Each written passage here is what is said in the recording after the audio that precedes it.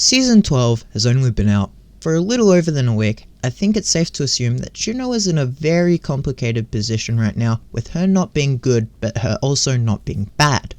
On the release of Season 12, Juno was reworked to lessen her rate of fire for an increased damage output for her pulsar torpedoes. With this rework, she was in a terrible state, as her only self-healing was a support passive and her shields, so in a 1v1 she had no real way to heal herself. As well as her decreased damage per second, she was completely outshone by other supports on the roster, especially since she lost 25 health.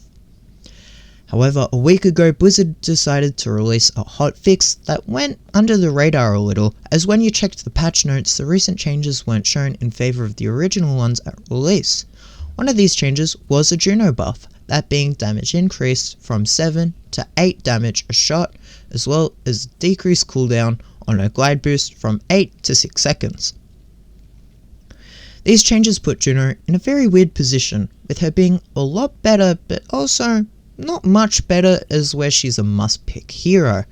Now this position Juno is currently in is very unpredictable with how her pick rates and win rates will be, as she is very comparable to how Ramatra was on release in terms of power and potential.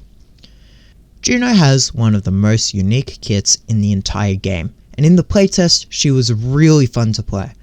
And the recent nerfs make her feel as though she has no impact to teamfights at all, with the recent buffs slightly helping, but ultimately other heroes are better to pick, like Lucio or Kiriko, who have a far better damage output. To be fair, Juno has only been out for a very short time, and the correct way of playing her being very foggy and unexpected comparing her to other support heroes. However, I can safely say that one of the worst things that could happen is Juno ending up with a heal bot playstyle like Lifeweaver's, which will take away from her unique and highly mobile kit, which would just make her very boring to play.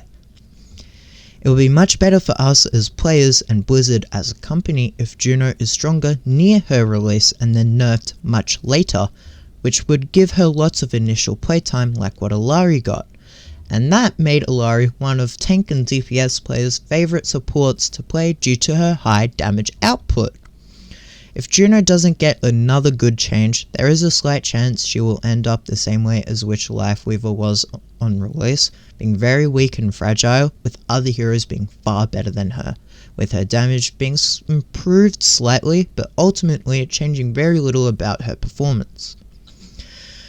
Either way, I hope you all enjoyed this video. If you did, consider subscribing, as it helps me out more than you could possibly imagine. I would also love to hear your thoughts and opinions in the comments. I will be making a how to play Juno video once I figure out exactly the correct way to maximize her carry potential. But until then, stay safe and healthy, and I'll see you all then.